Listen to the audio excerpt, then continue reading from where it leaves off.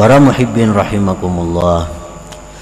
Wa amma wajhu jahlihi fi kaunihi mu'abbiran an kulli ma syahid minal karamat wa ma wasala ilaihi minal maqamat lianna hadhihi al-umura azwaqun batiniyah wa asrarun rabbaniyah la yafhamuha illa arbabuha wa ahluha fata'biruha lil umum takhfifun biqadariha wa naqsun fil ikhlas wa tamkinun lidukhulir riya fahalaka ma'al halikin.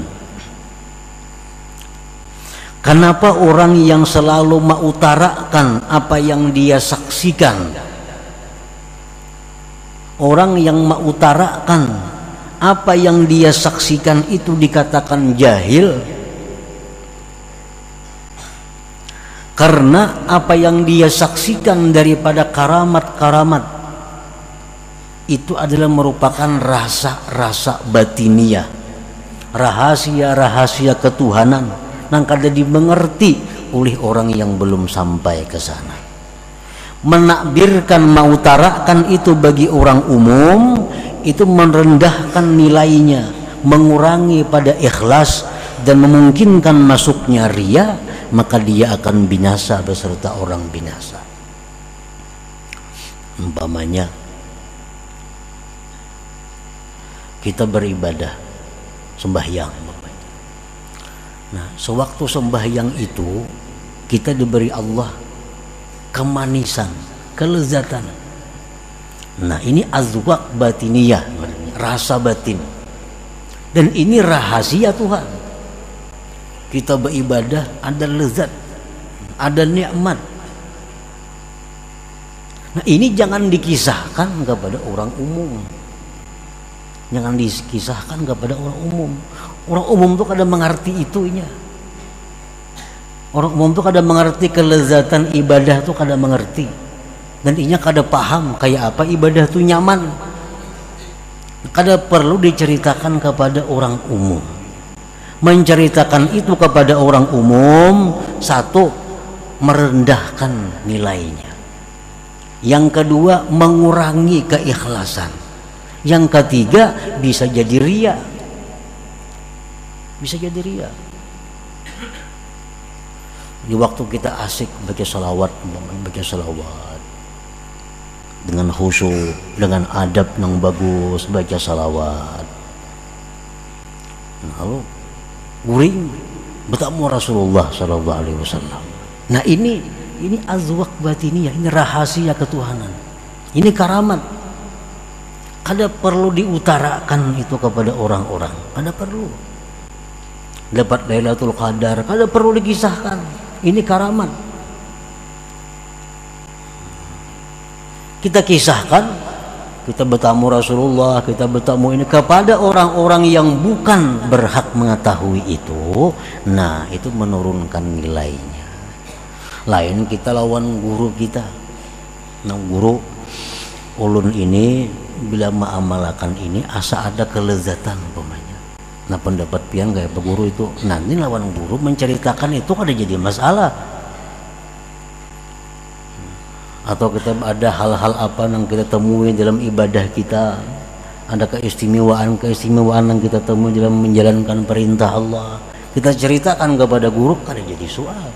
Tapi kalau kita ceritakan kepada umum, nah ini yang bahaya, ini yang menunjukkan kebodohannya.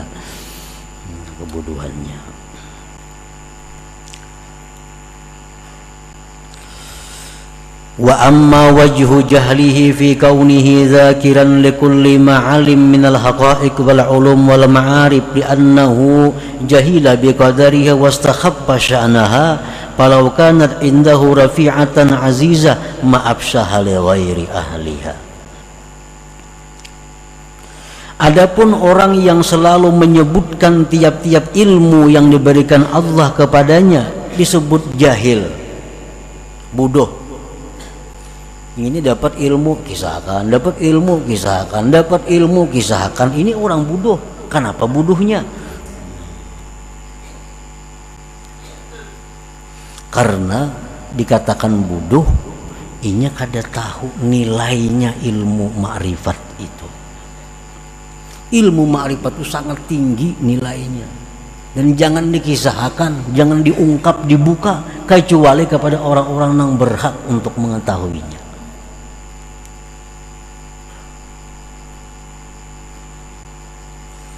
Nah, orang umpamanya contohnya berjual permata, berjual batu, cincin. Nah, inyani ada berisi yakut nang harga 1 juta ada berisi yakut nang harga 500.000 ada berisi yakut nang harga 100.000 ada berisi yakut nang harga 100 juta banyak berisi batu. Datang orang, orang ini orang miskin, orang kada baharta, datang kepada ampun batu nih, aku hendak aja bawa tas yakut adalah berisi ikam. Aku hendak jauh memakai yakut, ujar nang orang miskin nih. Nah kita ini banyak berisi yakut mulai nang 100.000 sampai 100 juta harganya. Nang mana nang kita tampayakan lawan si miskin nih yakut nih. Nah mana kita tampayakan? Nang harga 100.000 kah kita tampayakan atau nang 100 juta kah ditampayakan? Nah kalau pedagang ini pintar, kada mau menampayakan nang 100 juta, kada bakal nukar inya. Kada bakal nukar, kada kawan nukar. Nah ini berhubung ini orang miskin, nah ada yakut, nah ini bagus, berapa 100.000 harganya, nah bisa berjadian itu, karena akalnya 100.000, akal orang hanya seitu. Nah demikianlah ilmu artinya, ilmu kayak itu. Ada ilmu nang gana-gana, ada ilmu nang sedang-sedang, ada ilmu yang disebut gara ibul ilim, ilmu nang ganjil, ilmu nang mahal. Nah ilmu nang mahal ini hanya bisa dikisahkan, diajarkan kepada orang-orang nang punya harta. Artinya punya harta, punya akal, punya akal. An-nasu salasatu aqsam, awamun wasalik wa arif. Manusia itu ada 3 golongan. Ada disebut orang awam, ada disebut orang salikin, ada disebut orang arifin. Nah, orang awam orang kebanyakan manusia. Salik orang yang sudah mulai menata hidup di jalan Allah. Arif orang yang sudah sampai ke tujuannya. Nah Rasulullah sallallahu alaihi wasallam bersabda, umirna an nukhatiban nas ala qadri uqulihim. Ujar Nabi, kami disuruh menghitab manusia, menceramahi manusia, memandiri manusia atas kadar akal mereka. Ini akal orang awam, akal orang salikin, akal orang yang sudah ma'rifat. Contohnya mislu la ilaha illallah. Inna lil awam laha makna, walisalik laha makna, walil arif laha makna. La ilaha illallah, untuk orang awam itu ada maknanya, untuk orang salikin ada maknanya, untuk orang arif ada maknanya. Nah kalau ada orang awam batakun, mun kita berzikir la ilaha illallah tuh napa nang baik di hati. Ujar orang ini betakun lawan kita, ini orang awam, orang yang kada menuntut ilmu hidupnya, hanya tahu garis besar hukumnya. Betakun, mun aku berzikir la ilaha illallah napa nang baik di hati, ujarnya. Nah kalau ini orangnya orang awam, unjuk lawan inya makna orang awam. Nah, la ilaha illallah itu menurut orang awam artinya apa? La ma'buda bihaqqin illallah. Tidak ada yang disembah sebenarnya kecuali Allah. Nah itu yang cocok maknanya. Jadi boleh kamu berzikir la ilaha illallah, dalam hati tidak ada Tuhan yang disembah selain Allah. La ilaha illallah, tiada Tuhan yang disembah selain Allah. La ilaha illallah, dalam hati tiada Tuhan yang disembah selain Allah. Karena orang itu ukurannya itu. Nah, datang pulang orang yang menuntut ilmu. Nah, orang ini sudah bagus hidupnya di jalan Allah, nang halal, nang haram tahu, nang haram ditinggalkannya, nang ini diambil, nang baik diambilnya. Orangnya rajin menuntut ilmu, sudah salik. yang sudah salikin, datang lawan kita, apa nang bagus maknanya la ilaha illallah tuh dalam hati mun kita berzikir la ilaha illallah la. Nah, lain lawan yang tadi artinya. Nah, untuk orang seperti ini bisa kita beri, kalau ikam tuh maknanya la ilaha illallah, tidak ada yang berbuat kecuali Allah. Jadi bila ikam berzikir la ilaha illallah, tidak ada yang berbuat kecuali Allah, tidak ada yang berbuat. Nah, itu maknanya. Ini untuk orang yang sudah salikin.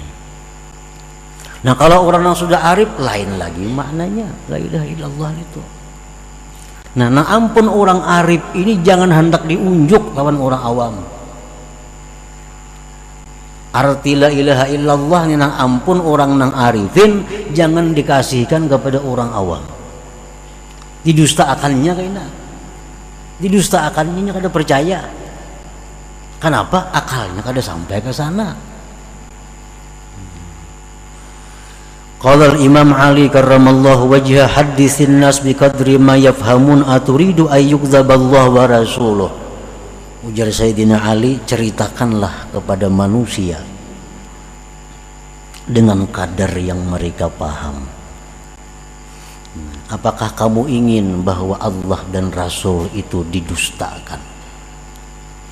Nah, karena kalau makna la ilaha illallah itu yang punya orang arif diberikan kepada orang awam, didustakannya kayaknya. Allah didustakannya. Kenapa? Karena kada sampai ke sana jenjang ilmunya, kada sampai ke sana jenjang akalnya. Jadi berilah dia ilmu, berilah dia pemahaman supaya mereka jangan sampai mendustakan Allah dan Rasul. Nah, para muhibbin rahimakumullah. Jadi ilmu, baik ilmu bawah, ilmu tengah, ilmu atas, semuaan sama.